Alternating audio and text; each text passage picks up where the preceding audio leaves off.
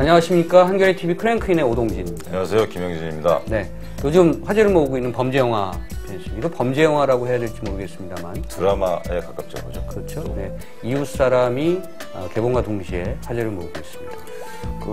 간만에 굉장히 사회적 이슈를 눈에 보이지 않게 속으로 잘 녹여낸 네. 완성도 있는 영화였다고 저는 개인적으로 봤습니다. 요즘 한국 영화가 기본이 웰메이드인 것 같아요. 네. 기본은 다 가져가고 거기에 말씀하신 자유의식과 감독이 추구하는 주제의식 이런 것들 정말 잘 살려내는 것 같고요. 이웃 사람이 아마 그런 평가를 받고 있는 것 같습니다. 데뷔 감독인데 사실 우리는 예전에 오래전부터 영화판에서 네. 익히 얼굴을 알고 있었던 감독이죠. 네. 아마 기대하셔도 좋을 겁니다. 김희 감독 그리고 주연 배우 마동석 씨. 네, 마동석 씨 같이 모시고 얘기 나눠보겠습니다.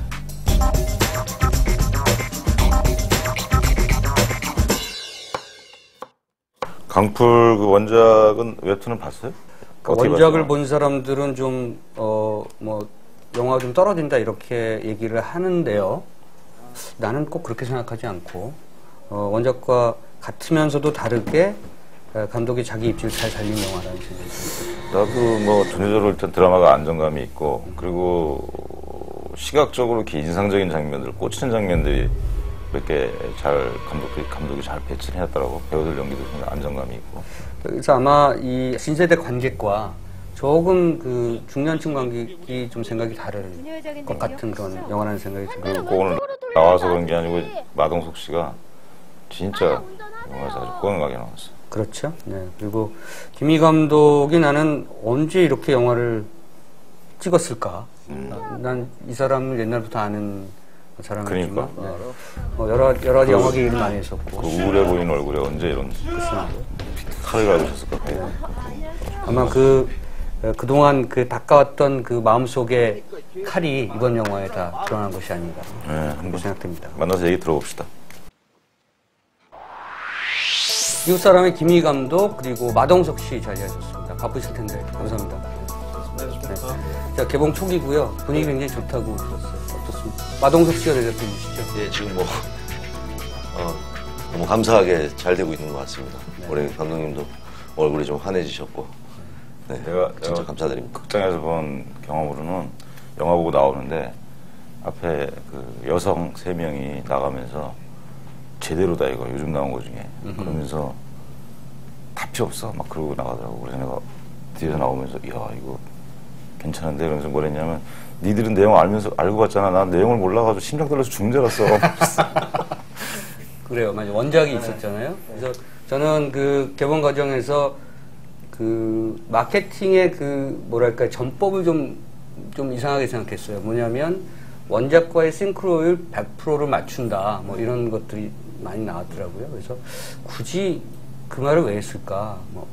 오히려 원작에 좀 무게감을 더 실어주는 어떤 그런 얘기가 아닐까. 감독의 원작의 해석이 분명히 존재할 텐데 일부러 그런 겁니까? 아니면 원작을 좀 대우하려고 한 겁니까? 아니면 새로운 마케팅 전법이었습니까? 기본적으로 마케팅 차원을 떠나서 제가 그 강풀 작가 원작의 좀 팬이기도 하고요. 네. 꽂혔었고. 네. 네. 그리고 마케팅적으로도 사실 그 앞에 강풀 작가 작품 원작으로 해서 만들어진 영화들이 요즘 그 내용이 변경됐을 때 그 생기는 여러 가지 이렇게 부작용들이 있었어요. 그러니까 그 관객들이 특히 이제 그 원작을 좋아했던 독자들이 관객으로 이제 작품을 받아들이는 게 내용이 변화하니까 굉장히 싫어하시더라고요. 그래서 그런 측면이 좀 고려가 되었었죠. 마동석 씨는 처음부터 첫 번째 옵션이었습니까? 그 싱크로율 100%에. 그렇죠. 거의 마동석 씨는 이 콘텐츠가 영화적으로 기획되기 전부터 영화 같으면 무조건 해야 되는 상황이었죠. 무슨 특별한 관계가 있습니까? 글쎄요. 강풀 작가랑 몇 년 전에 네. 이걸 영화화 한다는 얘기를 하면서 저보고 형이 그 안영모 역할을 하면 너무 잘 어울릴 것 같다. 그래서 강풀 작가가 네. 도대체 너는 왜 그렇게 생각하지? 그랬더니 외모가 좀 많이 비슷하다. 그래서 그건 아닌 것 같다. 그랬더니 본인은 그렇게 생각하지 않는다. 형 집에 거울 없으시냐? 이렇게 이렇게 얘기하시고 그렇게 얘기를 하다가 그게 이제 사실 현실화가 된 거고요. 네. 감독님이 이제 영화를 하시게 되면서 저희가 이제 그 전에도 감독님하고 여러 가지 네. 다른 시나리오, 이 영화 여러 가지를 많이 상의를 하고 나누는 형동생지간이라 네. 예. 심야 FM 때부터 친해지신 건가요? 아니면 그 전부터 관계가 그 전부터 계속 예. 처음에 제가 마동석 씨 그 캐릭터에 되게 매력을 느꼈던 게 그 비스티 보이즈 네. 사채업자. 네. 예. 정말 하정우 씨를 많이 때리죠. 예. 그 캐릭터 보고 네. 되게 매력적이더라고요. 그래서 네. 그 이후에 뭐 그 작품 때문에 그 제작자들 만나는 자리에 우연히 동석했다가 예, 같이 인사 나누고 그때부터 제가 팬이라고 밝히고. 예. 그러니까 액션이 많은 배우라고 일관되게 그렇게 포장될 수 있는데 저는 마동석 씨의 그 연기 패턴을 보면 그 안에서 디테일이 굉장히 스펙이 넓어요. 예컨대 범죄와의 전쟁 같은 경우는 허황된 주먹 이런 허당 스타일. 네, 허당 스타일이고요. 저 심야 FM 같은 데서는 정말 또 다른 이미지고 그래서 굉장히 그 스펙트럼이 넓은 배우라고 저도 진작부터 알고 있었어요. 부당거래에서 좋았지. 그렇죠. 배우고 좋은 있습니다. 작품이 참 많아요. 그렇죠? 배우고 있습니다. 자, 작품 얘기 좀 본격적으로 해보죠. 네. 그 원작의 팬들은 이 영화에 대해서 불만이 좀 있고 제가 보기엔 원작을 읽지 않은 사람들은 보지 굉장히 않은 만족하고 사람들. 네. 뭐 이런 식으로 양분되는 경향이 있는데 크게 보면 그 예상을 하셨죠. 그 각색을 하시면서 그렇죠. 그때부터. 충분히 뭐 예상할 수 있는 지점이죠. 근데 뭐 그 예상을 했기 때문에 의도적으로 그렇게 갔다는 아니고요. 그러니까 작업하면서 각색을 하면서 어쩔 수 없이 이게 이제 영화적인 어떤 차별점을 두기 위해서 제가 가지고 가야 될 장치들이 작업하다 보니까 원작 팬들이 굉장히 아끼는 부분, 예, 혹은 이제 주제에 관련된 부분도 있고요. 그래서 분명히 이거는 원작을 굉장히 좋아하시는 분들은 영화를 보면 실망 혹은 비판이 분명히 따라 나올 것이다. 근데 원작을 안 보신 분들은 기본적으로 그 웹툰 이웃 사람이 가지고 있는 이 얘기가 워낙 이렇게 사람을 끄는 힘이 있기 때문에 얘기만으로도 충분히 관객분들이 이렇게 호응을 해주실 거라는 생각을 했었고요. 이게 사실은 뭐 예컨대 살인극 또는 서스펜스 드라마 뭐 이런 게 아니잖아요. 미스테리 호러라고 생각하지도 않고 원작을 보신 분들이 영화가 그렇게 나와야 된다고 얘기하시는 분들이 있는 것 같은데요. 저는 영화를 보면서 감독께서 초지일관 밀고 간 것이 그 각 캐릭터가 갖고 있는 그 죄의식, 죄책감, 사람들이 갖고 있는 그 부분을 그 톤을 계속 유지해서 끝까지 가져갔다는 것이 저는 연출의 힘이라고 생각했고요. 마동석 씨도 사실은 죄의식이 있는 거잖아요. 자기가 어머니에 대한 뭐 네. 모든 캐릭터가 하나하나씩 그런 죄의식의 에피소드를 갖고 있고 그것을 끝까지 밀고 갔다는 것이 저는 주제를 잘 가져갔다고 생각해서 저는 높은 점수를 주고 싶었던 작품인데 이제 어떤 분들은 서스펜스 드라마 좀 심한데 처음부터 나도 계속 빠는데 계속 더 함수를 더 떠네. 이분은 자꾸 전문 용어. 그러니까 칭찬하는데. 저는 그 묻고 싶었던 것이 감독께서 그런 그 주제의식, 죄의식의 어떤 그런 것들을 생각을 하셨던 건지 좀 묻고 싶어요. 사실은 다분히 이제 전략적으로 접근을 했었고요. 이제 그 부분을 매개로 해서 인물들을 좀 엮어야겠다. 그래서 가장 힘줘서 포인트를 넣어놨던 부분은 사실 표정록이죠. 그러니까 그 표면적으로 이야기 자체가 죄책감을 달고 다니는 인물이기 때문에 그 인물을 조금 연출적으로 상징적인 뭐 의미들을 좀 담을 수 있으면 좋겠다고 생각해서 원작에서는 사실 그냥 그 사람의 개인적인 정보가 그렇게 드러나 있지는 않거든요. 무슨 일을 하는 사람인지, 어떤 이력을 갖고 있는 사람인지, 단순히 그 친구와 그 산에 올라갔다가 벼랑 끝에 친구를, 이게 뭔가 약간 우발적인 느낌이 드는 친구를 밀어서 죽이게 되는 정도의 에피소드만 등장하는데. 원작에서? 네네. 근데 이제 그거를 그 대학의 연구실로 공간을 바꾸고 그 두 사람 간의 관계가 뭐 논문과 혹은 뭐 이렇게 여타의 상황들을 좀 넣고 정비실 안에서의 분열적인 자아를 만들어 놓고 네. 그래서 약간 장치를 그렇게 꾸며갔던 게 예, 조금 죄책감에 대한 코드들을 좀 두드러지게 예, 만들어 볼까라고 생각을 했었죠. 아까 말씀드린 제가 이렇게 저도 이렇게 그 시간이 많지 않아서 웹툰은 다 읽어보진 못했는데 반응을 보니까 그 호러적인 요소 이런 거 있잖아요. 후반부에 특히 그런 것들을 잘 안 살린 거에 대한 불만들이 좀 있는 것 같더라고. 네. 오히려 그거 살렸으면 영화가 좀 이상한 방향으로 갔을 것 같아요. 그 애매한 지점이었던 것 같아요. 그러니까 사실은 원작의 마지막에 이제 버스 챕터가 나와요. 그러니까 그 표정록, 경비원 표정록이 그 과거에 자기 친구를 살해했던 그 고향 마을로 가서 사죄 편지를 전달하면 죄책감인 친구가 이제 떠나게 되는 떠나고 그다음 저희가 또 이제 최근에 살해했던 유승혁의 그 영혼이 이제 붙어서 가는 이제 그런 구조인데 그 부분을 촬영을 했었어요.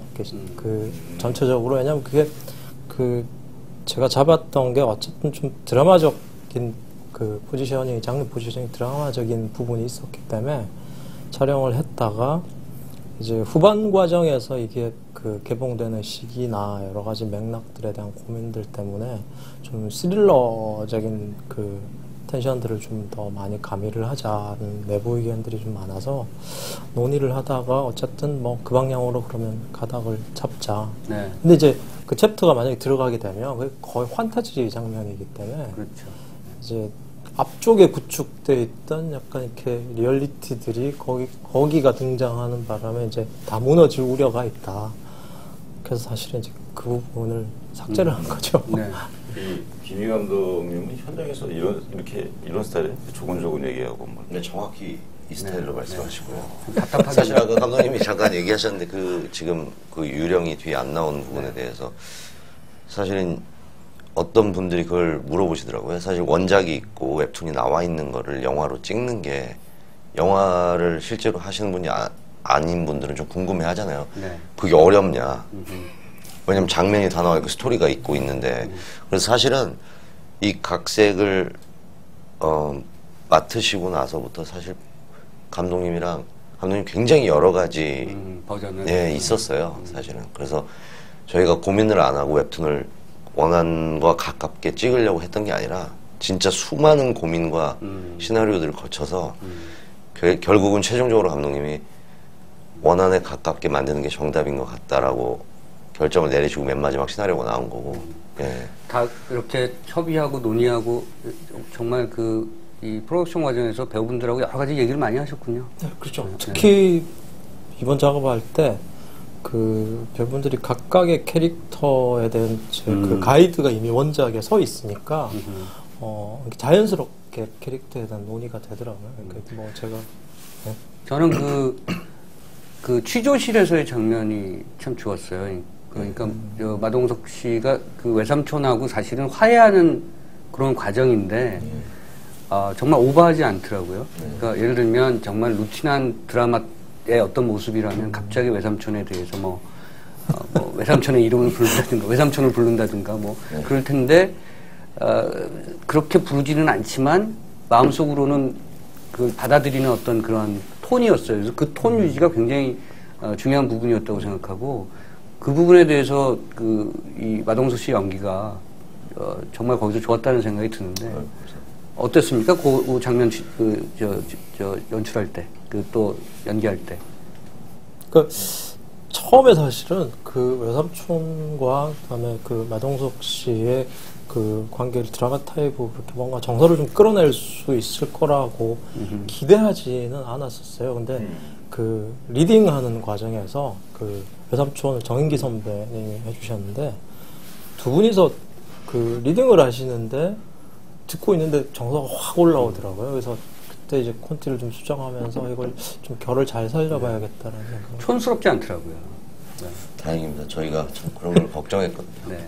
왜냐면 그게 그 장면에서 튈 수 있잖아요, 사실. 네, 왜냐하면 이 안영모에 대해서 조금 더 설명을 해줄 수 있고 네. 중간 상황들이 있었으면 거기서 그렇게 단면적으로 딱 편하게 연기를 해줄 수 있는 상황이었는데 이거는 각자의 에피소드들이 다 있어서 제가 딱 할당말 받은 그 분량 안에서 그런 것들을 다 설명을 해야 되기 때문에 거기서 갑자기 너무 튄다든가 이러면 좀 이상해지기 때문에. 갑자기 인간적으로 예. 네, 서로 엉엉 운다든가. 근데 그 장면이 사실은 그 아까 우리 김영진 교수가 얘기한 것처럼 이웃 사람이 이 선한 사람의 국면으로 넘어가는 중요한 그 디딤돌이잖아요. 그 장면이 굉장히 중요했을 지점이다 이렇게 생각을 하는 그 거죠. 장면을 실제로 슛 촬영했을 때는 많이 안 찍은 겁니까? 저는 사실 그런 게 궁금하거든요. 왜 마동석 씨 캐릭터가 여삼촌이 고백을 할 때 그렇게 하고 이제 욕을 한 번 하잖아. 뭐 이런 식의 연기가 그렇죠. 상당히 과하지도 않고 덜하지도 않은 것 같더라고. 그게 뭐 이렇게 뭐 눈초를 이렇게 한다든지 뭐 이런 것도 안 하고 굉장히 디테일한 연기죠. 네. 딱 그 중간에 있는 식의 연기더라고요. 여러 번 찍은 건가요? 아니면 초반에 그냥 테이크가 여러 번 갔어요? 그런 장면. 그게 이제 앵글이 여러 개 바뀌어가지고 여러 번 간 거죠. 그 감정이랑 연기 그 톤은 애초에 리허설 때 딱 잡아놓고 간 거라서요. 예, 뭐 액팅 이후에 액팅이 좀 있긴 했었는데 의자에서 일어나서 제가 움직이고 이제 다른 동작들이 있었는데 네. 근데 그 정서도 거기에 맥락에서 뭐 거기서 뭐 감정을 더 올리거나 하는 수준은 아니었고요. 근데 영화 자체로 논리를 보면은 마동석 씨 캐릭터가 약간 의지가 돼. 왜냐면 연쇄살인범한테 다 당하는데 혼자 아무 생각이 없이 뭐야 너 막 하고 이러니까 영화 중반쯤에 가면은 다시 나왔으면 좋겠지. 그 음모를 하잖아요. 이렇게 엮으려고 그때도 굉장히 의지가 되더라고. 아, 저 캐릭터는 분명히 그 무대뽀를 어떻게든 이겨낼 거다라는 식의 관객들이 의지를 하는 것 같은 느낌이 떠오더라고요. 네, 그거를 극대화시키는 게 사실은 이번 그 역할에 네. 감독님 의도하신 네. 그리고 제가 그거를 일단 마동석 씨, 그러니까 안영모라는 캐릭터가 나오면 뭔가 안도감이 들고, 그다음 이제 노출이 조금 너무 밝아서 너무 도드라져서 제가 그 후반 작업할 때 이제 노출을 좀 죽여서 화면에서 잘 보이지는 않는데 그 경찰서 탈출해서 뛰어가는 장면의 직전에 보면 담벼락에 그 우리들의 수호천사가 돼주세요라는 문구가 있어요. 그 실제 실제 그 경찰서에 그 홍보 그림이 돼 있는 진짜 그냥 있더라고요. 네, 그래서 장치를 안 했는데. 네, 처음에 그걸 좀 정확하게 걸고 조금 포인트 삼아서 가야겠다고 생각해서 이제 거기에서 촬영을 하자 그랬는데 나중에 보니까 저도 이렇게 너무 오글거려서 너무 드러내니까. 노출로 좀 많이 눌려서 아마 눈썰미 있으신 분들은 이렇게 발견하실 수는 있을 것 같아요. 배우로서는 매력적인 캐릭터잖아요. 왜냐하면 처음에 나왔을 때는 주변인 같아요. 그러니까 그 동네의 조직폭력배 이렇게 주변인에 불과한 캐릭터라고 생각하는데 점층법이라고 할까요? 점점 중앙으로 들어가잖아요. 그래서 그 배우로서는 욕심 날 수 있는 캐릭터가 아니었나. 그렇죠. 네. 이게 일단 직업과 그런 걸 다 떠나서라도 굉장히 되게 많은 배우들이 하고 싶어 할 것 같은 배역이고 이게 되게 룸이 많았어요. 그러니까 제가 하는 얘기인데 사람들한테 딱 정해진 것만 꼭 해줘야 더 맛이 사는 역할이 있고 조금 룸이 있는데 네. 그거 그 테두리 안에서는 네. 그렇게 좀 놀 수 있는 역할이 있는데 저는 그런 게 사실 좀 더 그렇죠. 리얼하게 살리기에 좀 좋다고 생각을 하는데 안영모 역할은 좀 그런 느낌이 많이 들어서 지금 좀 예. 네. 그 체격이 근데 체격 자체가 일단 연기야. 그 체격이 그 쉐이프가 주는 느낌이. 아니, 나는 중요하잖아요. 이번 영화 때문에 좀 몸을 만드신 줄 알았어요. 아닙니다. 제 예전에 좀 운동선수 출신이라서 제가 좀 과하게 근육이 많았어서 좀 살을 많이 뺐는데 이게 조금 남아 있었는데 작품마다 뺐다 찌웠다를 좀 하고 있는데 감독님이 언제 한번 그 얘기 한번 하셨어요.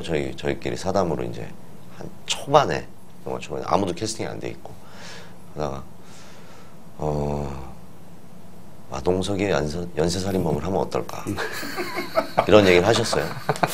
그랬다가 뭐 그래도 좀 뭔가 다른 느낌이 나겠다. 뭐 서로 뭐 그러면 그렇게 된다면 이런저런 얘기를 하다가 감독님 안 되겠다. 네가 그 살인범을 하면 안영모를 할 사람이 없다. 너를 누가 이렇게 흔들고 쥐고 막 때리겠냐 그래가지고 네. 그런 얘기도 있어. 분명히 그랬을 것 같아요. 더 우람한 사람이 나와야 되니까. 네.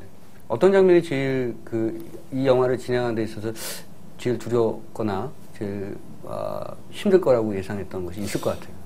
어쨌든 특정한 장면이라기보다 워낙 두터운 팬덤을 가지고 있는 작품이었기 때문에 이 작품을 리메이크한다는 것 자체가 사실은 굉장한 부담이었죠. 원작은 그 공간에 사는 사람들을 굉장히 따뜻하게 보거든요. 그러니까 굉장히 이제 강풀 작가 인간을 바라보는 시선이 따뜻한 그렇죠. 사람이기 때문에 그리고 그 사람들이 연대의 틀을 만들어서 닥친 위기를 함께 극복한다. 그게 주는 이제 힘, 그게 이제 우리가 이제 추구해야 될 일종의 이제 판타지한 상황들이 아닐까. 이제 그 메시지가 사실은 전달하기가 동의할 수는 있지만 이렇게 내가 그런 형태의 메시지를 제안하고 싶지는 않았거든요. 이렇게 제가 판단하고 있는 상황은 분명히 그게 안 되는 문제가 있고, 그러니까 현실에서 그 부분에 대한 문제 제기를 좀 하고 싶었어요. 그러니까 저는 영화에서는 이 사람들은 그 연대 틀이 잘 안 된다. 그리고 그러한 이유는 이러한 것이다. 이런 걸 좀 얘기를 하고 싶었어요. 그래서 그 부분 때문에 바꿔놓은 게, 그 유승혁이라는 인물과 이 관계를 맺고 들어오는 그 캐릭터들이 원작에는 굉장히 선의로 접근하는 사람들이 많아요. 제일 대표적인 경우가 그 처음 살해되는 수희 아저씨는 공공의 이렇게 이익을 위해서 이렇게 자꾸 그 음식물 쓰레기가 나오니까 구청에서 지적받고 그리고 이렇게 냄새 나도 안 좋아지니까 이걸 어떻게 이제 계도해서 이걸 좀 못하게 해야지라는 차원에서 오는데 영화에 돈을 벌어죠. 술값 대충 늘려고 접근을 하거든요. 이제 사실 그런 식의 강조가 조금씩 더 날이 서 있으니까 하태성 같은 경우, 부녀회장 같은 경우에도 원작의 강도보다는 훨씬 집값과 재건축 조합 설립과 조끼 입고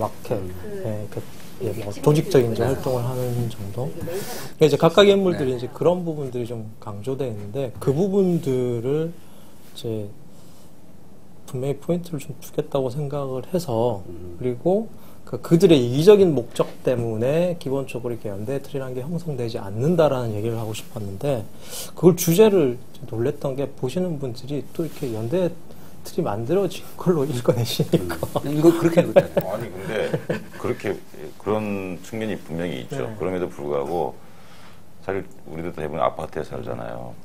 아파트에 살면서 그 비슷한 상황을 종종 겪거든요.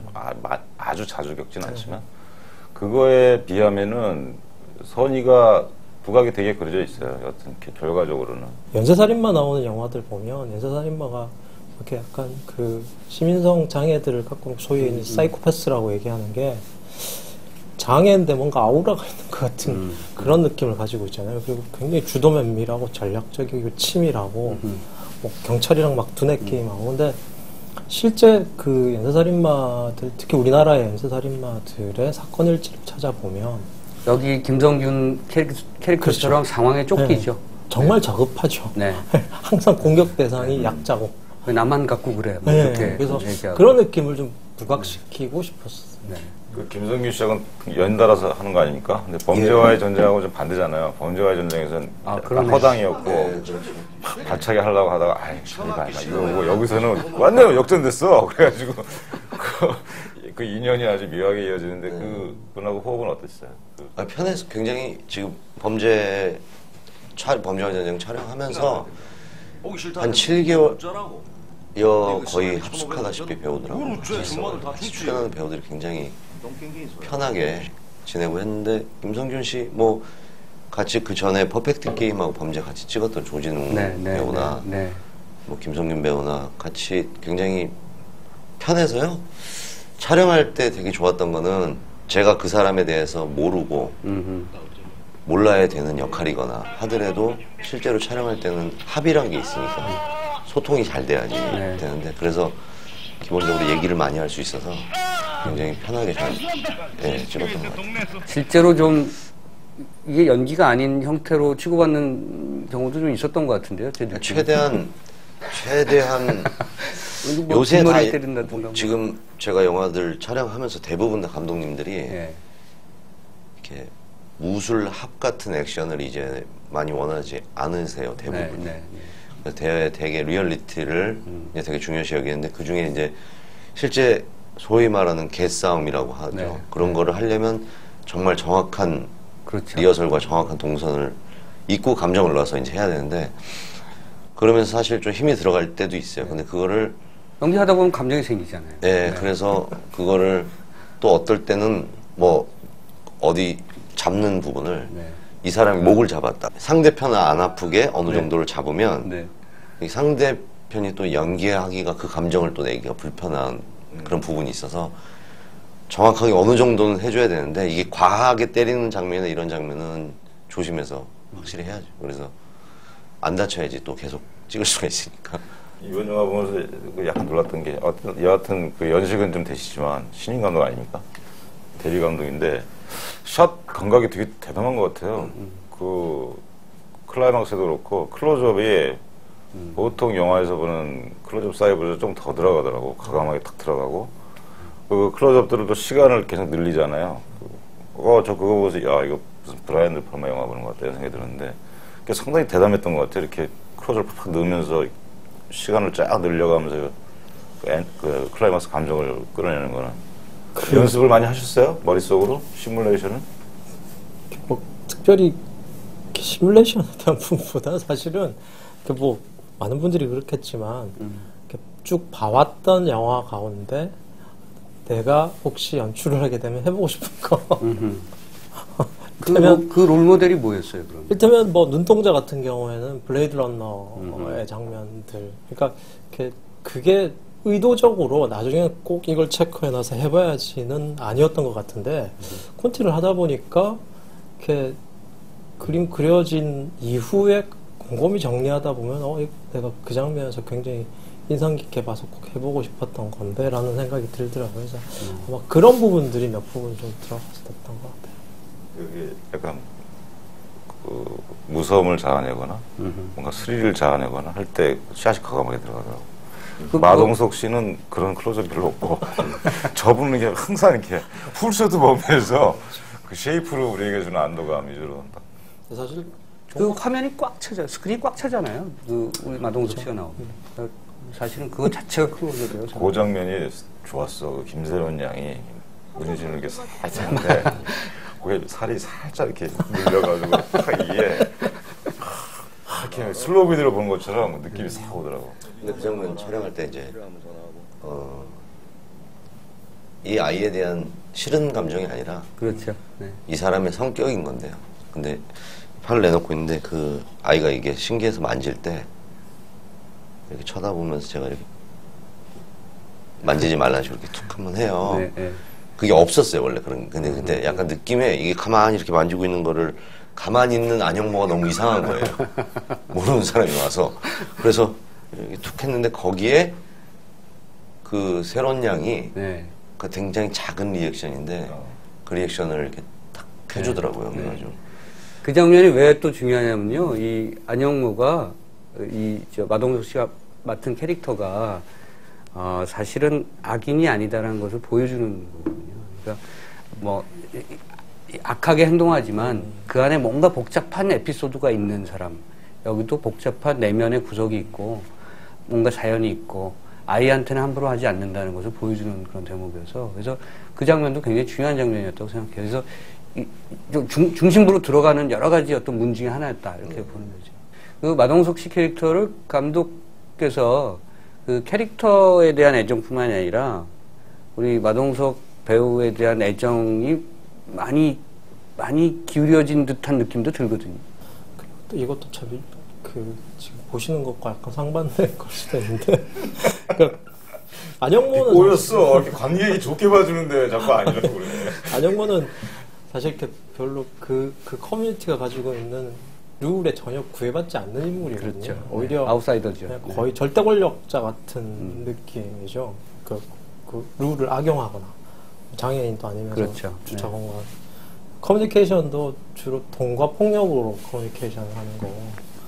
근데 이제 그런 인물이 그러니까 또 다른 형태의 악을 제거할 때 일정 부분 일조를 하게 되는 거고 그런 상황을 구성원들은 박수치고 응원해야 되는 거고 그 부조리함을 얘기하고 싶었던 거기에 대한 아이러니 때문에 사실은 훨씬 더 등장할 때마다 좀 더 친근감이 있고 관객이죠 보는 사람들이 좀 등장하면 응원하려고 하고 그런 의도를 조금 더 심으려고 했어요. 근데 사실 뭐 그 삭제가 된 부분 이제 편집 과정에 삭제된 부분 중에 그 경찰서 취조실에서 취조 당할 때도 거의 그냥 경찰을 그냥 이렇게 농락하는 정도의 수준의 농담 같은 걸 해요. 그 부분도 굉장히 재밌는 부분이 있었는데 많이 잘렸습니다. 너무 희화하게 돼서 사실은 제가 제일 중요하게 생각하는 거는 특히 이렇게 이런 장르적인 영화에서 필요한 거는 인물의 좀 리얼리티가 더 있어야 이걸 짜놓은 얘기 같지가 않다고 생각을 했기 때문에 최대한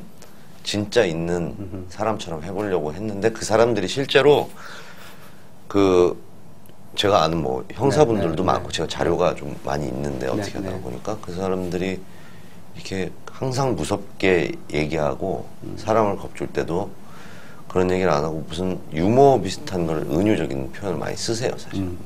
그럼 그거에 약간 더 이렇게 사람들이 그런 부분을 좀 살리려고 했고요. 좀 더 있는 사람처럼 취조실 형사랑 대하는 장면들도 제가 그런 그림들을 몇 번 본 적이 있어서 실제로 와 저렇게 하면 좋겠구나. 그래서 감독님이랑 계속 상의하면서 선을 좀 지켜가면서 예.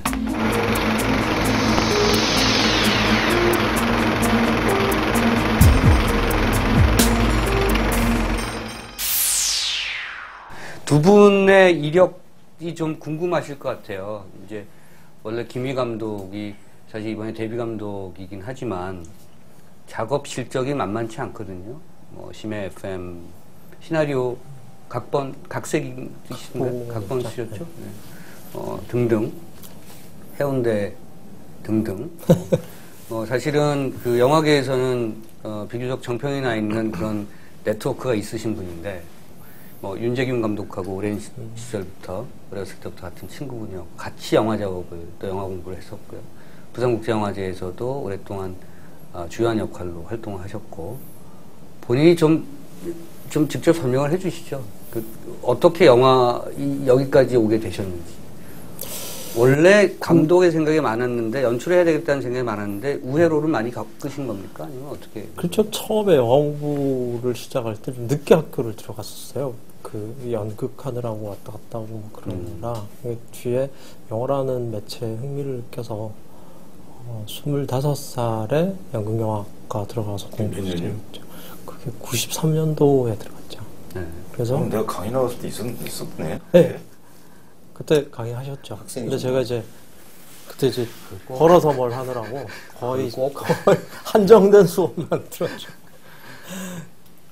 그래서 그 작업하고 이제 주로 제가 활동했던 기반이 부산이었기 때문에 자연스럽게 그 부산 서울을 제외한 사실 모든 지역은 거의 독립영화이기 때문에 그 활동을 하다 보니까 독립영화협회 필요성을 또 이렇게 느끼게 되고 이제 협회 활동, 부산 독립영화협회 이제 같이 조직하고 협회 활동을 했었고요.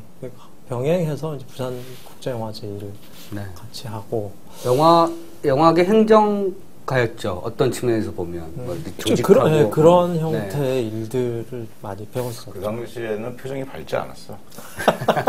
맞습니다. 일은 꼼꼼하게 했는데 부산영화제 가서 보면 표정이 밝지가 않아. 밀려드는 그 여러 가지 민원 처리하고 막 이러느라고. 괴롭죠. 하고 싶은 일이 아니었습니다. 뒤늦게라도 그 연출을 영화 쪽으로 방향을 틀어야 되겠다고 결심하게 된 게 어떤 계기였어요? 이제 사실은 그런 일을 하다가 구체적으로 이제 영화를 만들어야 되겠다는 생각을 했었고요. 근데 당장 내가 연출을 하고 싶은데 내가 연출을 하면 프로듀싱을 해줄 사람이 없는 거예요. 그래서 일단은 내가 뭔가 이렇게 털을 만들고 좀 프로듀싱을 하고 누군가 연출 능력이 있는 사람을 섭외를 해서 작품을 하자. 그래서 부산에서 이제 명칭은 거창했죠. 그 로컬 시네마. 부산 경남 지역의 그 극장을 좀 네트워킹해서 소위 얘기하는 이제 블록버스트의 전 단계 개념으로 이제 로컬 시네마를 만들자. 그 시장이 수용할 수 있는 예산으로. 지금 그 CJ 대표하신 정태성 대표님이 네. 그 그때, 당시에 예, 네. 부산영화제 또 같이 이렇게 일을 하셨기 때문에 자문을 좀 구해서 그때 뭐 쇼박스나 뭐 CJ나 이런 체인 극장 협조를 구해서 진행을 했었는데 잘 안 됐죠. 그게 안 됐죠. 그게 그게 됐으면 감독 데뷔 안 했을 거예요. 잘 안 된 거예요. 그렇죠? 그러니까 사실은 그 비즈니스 영역에서 여러 가지 활동을 하려고 했으나 제가 볼 때도 그쪽에는 그렇게 능력은 뭐 네, 출중하지 않았어요. 절감했죠. 네. 잘 안 될 수밖에 없어요. 그 컨셉 자체가 잘 안 돼. 잘 안 된 게 다행이에요. 그래서 지금의 이웃 사람이 나온 것 같고요. 마동석 씨는 사실은 뭐 이제 작품 수가 제가 알기에는 20편이 넘으신 걸로 알고 있거든요. 출연 편수가 더 되시나요? 예, 아니 영화 뭐 제가 이제 작은 영화 소위 말하는 단편 영화, 네. 영화들도 많이 좀 영화 중간중간에 이제 사람들이 모르시지만 중간에 하고 그래서 요번 이웃 사람이 50편 좀 넘는 것 같아요. 예, 50편이요. 예, 작게 크게 상업 영화 드라마. 장편 데뷔작은 뭐예요? 공식적으로 스크린에 걸렸던 게 이제 천군이고요. 아, 네, 반경 그 다 전에 전에 구스케임 이 새끼 한 말이 없습니다. 이거 그 감독님이 좀 말하는 거 싫어하시는데 그 찍었다 개봉을 못한 영화도 있었고 네. 옳은 결정입니다. 중간에 조금 여러 게 일단 천군으로 거의 데뷔한 셈이 된 거죠. 2002년도에부터 와서 촬영을 시작을 하긴 했는데 네. 천군이 2004년도에 찍었고 2002년도에 어디서 오신 거죠? 어제 미국에서 그러시죠? 왔습니다. 예. 미국에서도 한국 사람인데요. 미국에 잠시 살아가지고.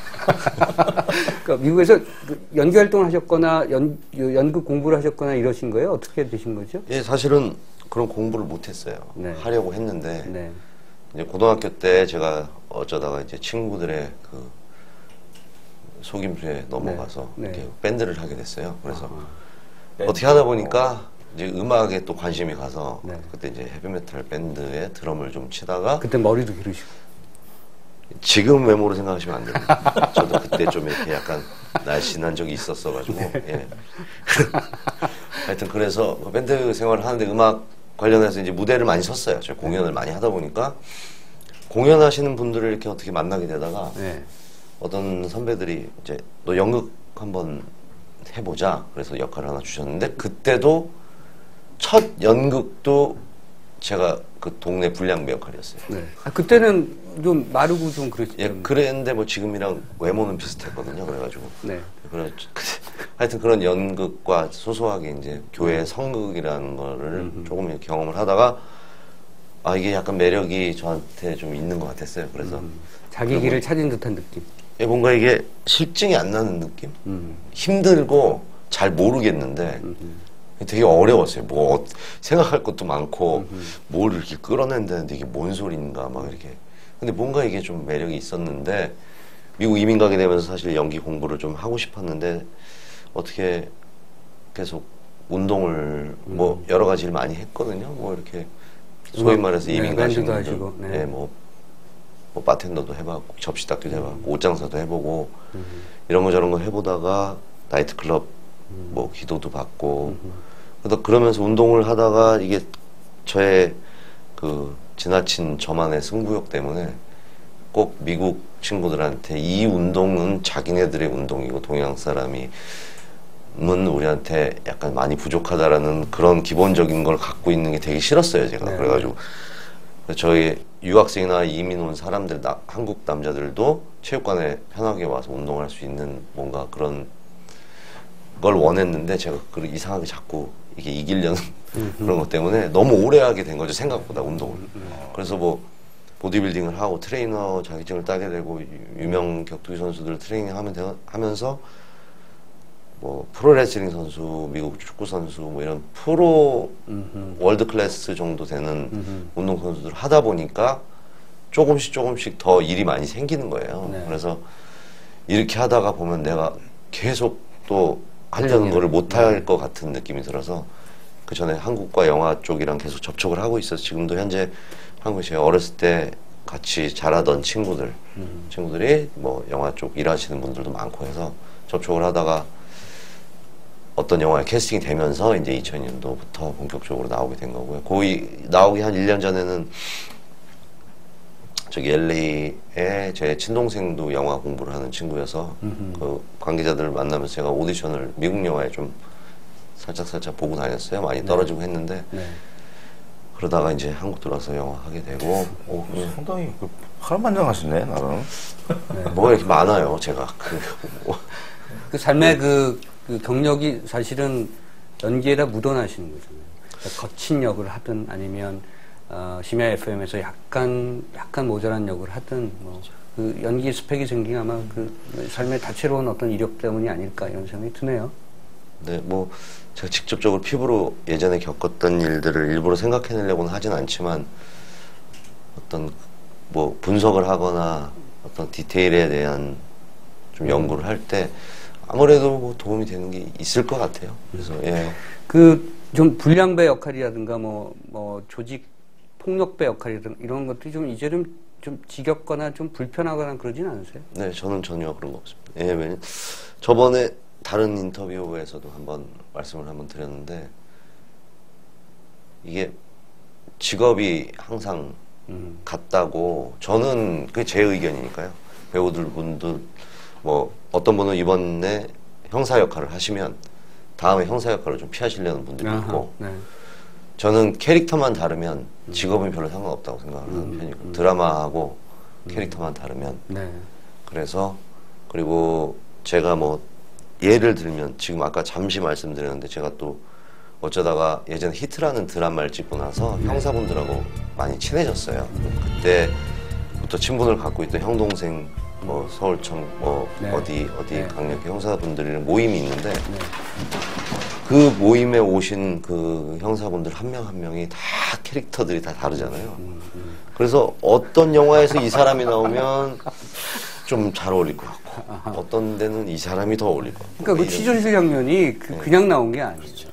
그래서 나중에라도 형사든 지금의 안영모가 가지고 있던 사채업자 역할이든 드라마가 다르고 캐릭터가 다르면 분명히 또 재밌는 것들이 있지 않을까. 하나하나의 디테일이 다 다르니까. 예, 그래서 괜찮습니다. 네. 예. 앞으로 20년은 가겠네. 형사로만. 제가 형태로만 또 그 얘기 20년. 한번 드렸었는데 제가 조금 늦은 나이에 이제 영화를 네. 네. 소위 말하는 연극 영화과를 나오고 대학 뭐 이렇게 순서적으로 네. 한 게 아니라서 조금 늦은 나이에 일하게 됐는데 저희 선배님들 계시는데 너무 감사한 게 그 남자 배우 에이지를 많이 높여주신 것 같아요. 네. 네.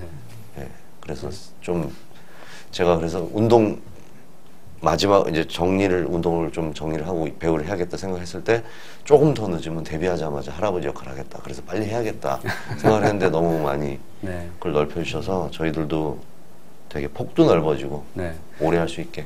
저는 깜짝 놀랐어요. 사실은 30대이신 줄 알았거든요.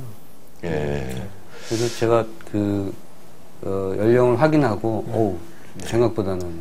네. 제가 18, 19대 이 얼굴이어서요. 네. 그런 분들이 대부분 이렇게 나이가 먹어도 비슷하더래서.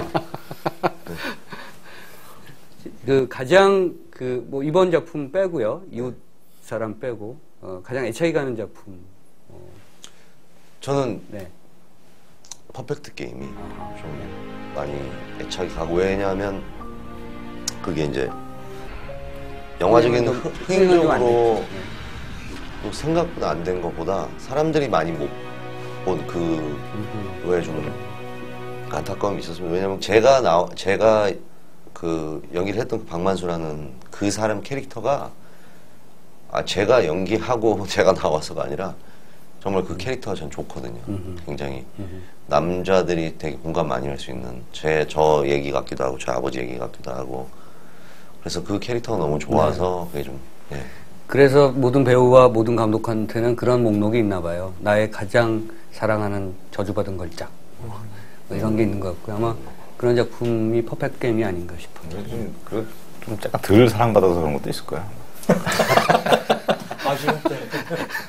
그리고 내가 이 영화 보면서 놀란 게, 아까 사석에서 이제 예산 얘기 듣고 더 놀랐는데, 프로덕션 퀄리티가 되게 좋아졌어, 한국 영화가. 그 스태프들의 실력이 굉장히 좋은 것 같아. 감독의 그거를 받쳐줄 수 있는 그런 게 굉장히 좋아진 것 같아. 제가 볼 때는 그 예산으로, 물론 적지 않은 예산이긴 하지만, 그 미술이나 이 화면이 그렇죠. 이런 것들이 굉장히 좋고 오늘 이 배우분도 모셨지만 배우들이 또 되게 똑똑한 것 같아요. 네. 그렇죠. 그 한국 영화 많이 달라진 힘이야 그게.